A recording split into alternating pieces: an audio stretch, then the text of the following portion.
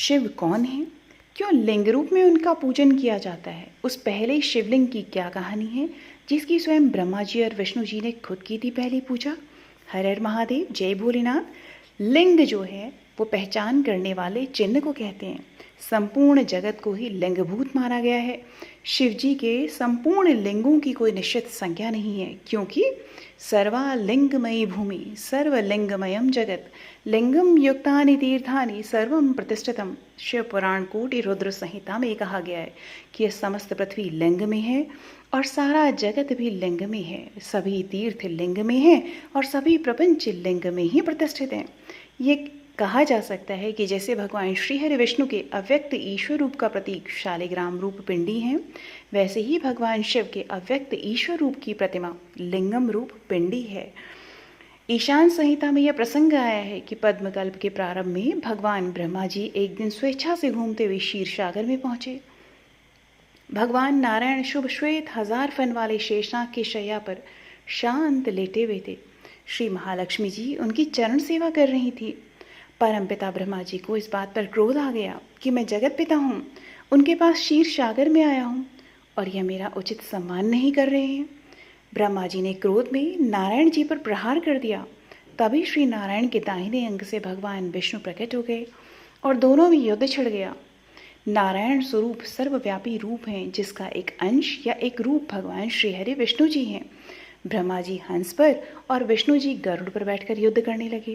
ब्रह्मा जी ने पाशुपत और विष्णु जी ने महेश्वर अस्त्र उठा लिए।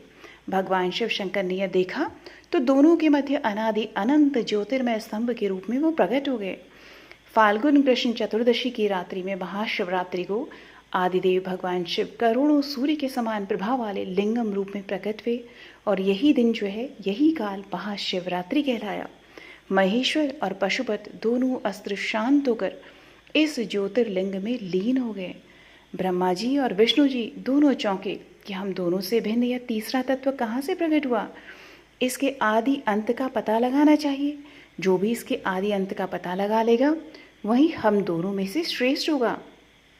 ब्रह्मा जी हंस वाहन पर ऊपर गए।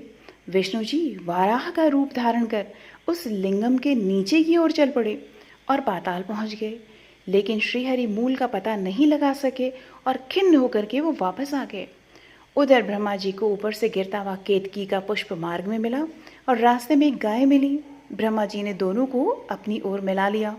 ब्रह्मा जी ने कहा, मैंने ऊपर अंत तक पहुंचकर पता लगा लिया है। साक्षी में यह केतकी का पुष्प और गाय है। गाय और पुष्प एवं ब्रह्मा जी ने ये बात असत्य बोली। विष्णु जी ने सत्य कहा कि मैं आदि का पता नहीं लगा सका। आप जीत गए हैं, आप श्रेष्ठ हैं और मैं हार गया हूँ। इस तरह विष्णु जी जैसे ही ब्रह्मा जी की पूजा करने को आगे बढ़े, तुरंत ही ज्योतिर्लिंग स्तंभ में से साक्षात शिव शंकर प्रकट हुए। उन्होंने भौं का एक बाल उखाड़कर पृथ्वी पर मारा और भैरव प्रकट हो गए। शिव जी की आज्ञा से भैरव ने ब्रह्मा जी के असत्य भाषण करने वाले पंचम मुख को काट दिया। तब से ब्रह्मा जी चतुर्मुख हो गए। शिव जी ने ब्रह्मा जी को श्राप दिया, तुम्हारी लोक में पूजा नहीं होगी क्योंकि तुमने असत्य बोला। तुम्हारी पूजा केवल यज्ञ कर्म में और पुष्कर में ही होगी। केतकी पुष्प को श्राप दिया कि आज से मेरी और किसी भी देवता की पूजा में तू नहीं होगी, सिर्फ मंडप सजावट में तेरा प्रयोग होगा।